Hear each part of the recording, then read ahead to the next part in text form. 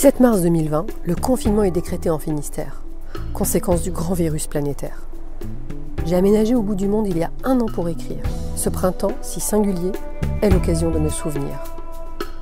Né sous le signe du confinement il y a 53 ans, j'ai rassemblé 60 anecdotes confinées, tantôt romantiques, tantôt volcaniques, aventureuses et malicieuses. Un podcast inédit. Balade confinée. Bonne écoute.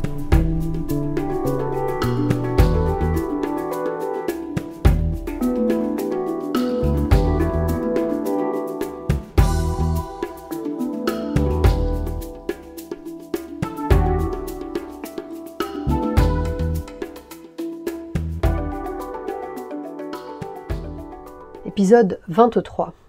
Propriétaire confiné. Je travaille beaucoup dans mon nouveau chez-moi, studieuse comme jamais auparavant. Ce chez-moi, je l'adore. Premier appartement que je me suis acheté avec l'héritage de Mamé. En plein centre-ville de Rueil-Malmaison, un immeuble des années 30, tout en moulure, porte en bois, parquet en chêne, garde-manger dans la cuisine, fenêtre biscornue qui s'ouvre avec des manivelles. Au 3e sans ascenseur, 4 expositions. Un charme ludique, suranné et reposant. À ce jour de tous mes appartements, il reste mon préféré. Je m'empresse d'organiser une crémaillère. Je commande un buffet campagnard, le traiteur prend du retard, un retard dans la préparation et dans la livraison. Lorsque mes invités s'installent, il n'y a rien à manger ni à boire. Qu'à cela ne tienne, nous patientons. Armand en profite pour séduire Géraldine, qui semble l'avoir envoûtée. Les enfants de Nini et Toto courent à perdre haleine, montent les escaliers et descendent les étages en glissant sur la rambarde. L'un d'entre nous part acheter une bouteille quelque part, là d'attendre que le livreur arrive, vers 22 heures. Cet appartement est inspirant et studieux. Le temps d'une transition avant de rebondir.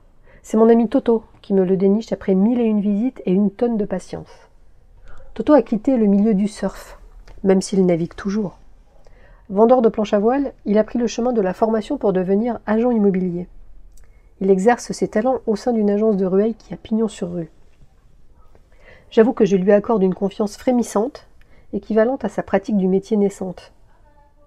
Dans quelques années, il officiera en indépendant, agent immobilier de référence et réputé.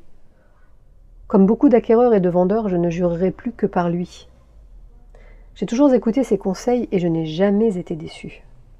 Il a lui aussi troqué ses fringues tropicales contre des costumes fringants aux couleurs originales et aux formes saillantes. Personne n'aurait parié sur une telle évolution, que son mariage avec Virginie et sa paternité façonneront encore davantage. Après la mort de Mamé, je me retrouve avec ce legs inattendu. Mes parents me recommandent un placement immobilier, la pierre, disent-ils. Devenir propriétaire, mon Dieu, quelle idée! Pour moi, cela signifie s'enchaîner, s'aliéner. Je réfléchis, ressasse, doute des mois et des mois, je ne dors plus. Cela me plonge dans des affres insensés. Est-ce pour cette raison que chaque appartement que nous visitons me déplaît? J'y déniche toujours un détail rédhibitoire. Pourtant, je vais devoir me décider, je déménage de Boulogne-Nord d'ici peu. Quand Toto me présente cet appartement lumineux, je suis aussitôt captivée. Aucun vis-à-vis, je n'aurai jamais besoin de fermer les volets. Des niches partout, un dressing aménagé, le carrelage de l'escalier et de l'entrée est rétro à motif rosace, et c'est un peu de Mamé que j'y retrouve, comme si elle m'y avait guidée. Le coup de cœur, affaire conclue. J'y resterai 5 ans, avec un plaisir renouvelé chaque jour de chaque année. L'horizon s'éclaire. Devenir propriétaire est loin d'être contraignant, et aujourd'hui, j'ai sans doute en partie survécu en restant privilégiée, même dans la précarité grâce à cela. Devenir propriétaire m'a affranchie, libre de vendre et d'acheter à ma guise, quand la nécessité l'imposait, pour continuer à rester autonome. Être propriétaire, c'est un passe libertaire. J'aménage, et pour la première fois je décore, je dispose ici et là, je conçois mon environnement. Après l'austère et sombre Boulogne-Nord, j'ai besoin de couleurs. Ma chambre orange et rideaux rouges, le salon bleu roi, la salle à manger jaune, couleur du sud chaude. Chaque pièce dispose d'une cheminée en marbre. Clin d'œil malicieux, cet appartement se situe au-dessus du bureau de poste de Rueil principal, également centre de tri du courrier. Un bloc classé aux monuments historiques, aujourd'hui désaffecté de toute présence postale, laquelle a pris d'autres formes en différents points d'une ville qui ne cesse d'évoluer. Je reprends des cours de piano avec assiduité au centre culturel avec Johanna M, qui deviendra ma co-compositrice complice quand je créerai mon spectacle musical, à partir de l'histoire que je vis à la folie avec mon chat. Je répète chaque jour. Chopin, Schubert, Rachmaninoff. Les voisins apprécient, certains s'assoient dans l'escalier pour écouter. Concert confiné avant l'heure.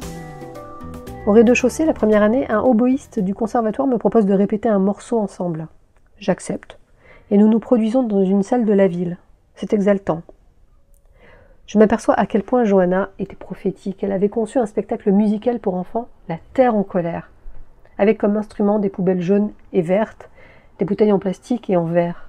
Elle avait autoproduit son CD et l'avait distribué gratuitement pour sensibiliser aux enjeux de la planète.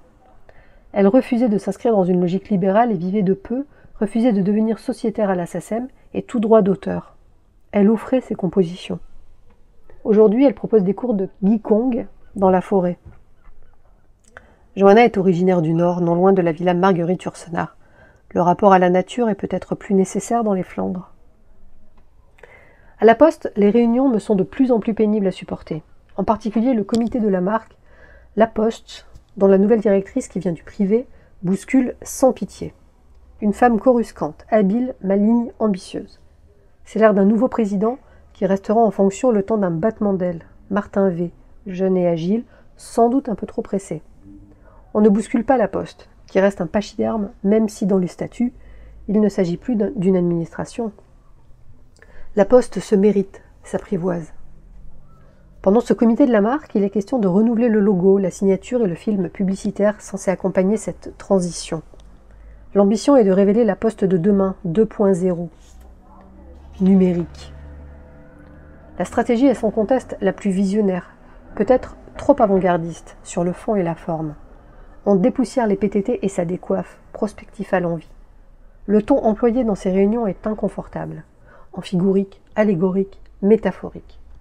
Je tiens bon, même si je sens des gouttes de sueur perlées former un désagréable filin qui serpente le long de ma colonne vertébrale.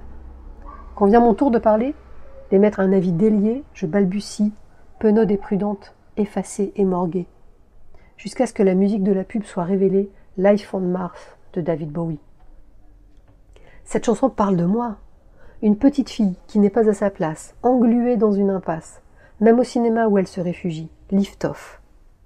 Bowie est comme mon autre Cicérone et bientôt, après-demain, je ne bafouillerai plus. Car si je l'ignore, je m'apprête pourtant à rayonner, l'occasion de relire La Fontaine, le lièvre et la tortue. Le logo est rajeuni et le grand public découvre une publicité virtuelle difficile à comprendre, ultra sophistiquée. Absconce pour la plupart des Français. Le changement est trop radical, conceptuel et abstrait. Ça ne marche pas, la France n'est pas prête. À trop vouloir chambouler, trop loin, trop vite, Martin V et ses recrues aux dents acérées ne feront pas partie des figures pérennes du groupe. Ce que l'avenir vous promet, la Poste vous l'apporte. On l'a compris, le groupe est à l'aube de mutations historiques. À l'instar de la Poste, ma vie commence à se découper comme un feuilleton en épisodes qui tous frayent avec la musique et la poésie. Dans le désordre, auprès de Rainer Maria Rilke, la Poste et moi en Samadou. Aux côtés de Maria Tsvetaeva, j'écris Les Enfants Rouges. Accompagné d'Alfred de Musset, j'enquête 36 quai des Orfèvres. Bob Dylan et Patti Smith, les poètes beats conduits par Jack Kerouac, m'accompagnent sur la route au Japon et du Japon en Bretagne. Walt Whitman me permet d'écrire Amertume et Vladimir Vysotsky, Les Conduites, cette série de romans marginaux et expérimentaux que je hurle. Saint-Augustin me confesse, Tristan Corbière est à l'origine de 7 enfants que tu m'as volés, ainsi qu'Euripide et Erasmus. Ossip Mandelstam me confronte à mon arménité. Natsume Soseki et Hoffman me confortent quand je décide de consacrer ma vie à mon chat, pour lequel je vais tout plaquer du jour au lendemain. Victor Hugo me soutient en prison. Aux étapes clés m'attendent et me conseillent Bowie, Dylan, les Smiths, The Cure, ma jumelle Axel Red, les têtes raides à l'origine de Kakikuka, Dido fait naître Gilda, et quelque chose d'onirique qui s'appelle la nostalgie. Aznavour fait frémir mes origines, et il y a aussi Patrick Bruel, à l'origine des chaînes.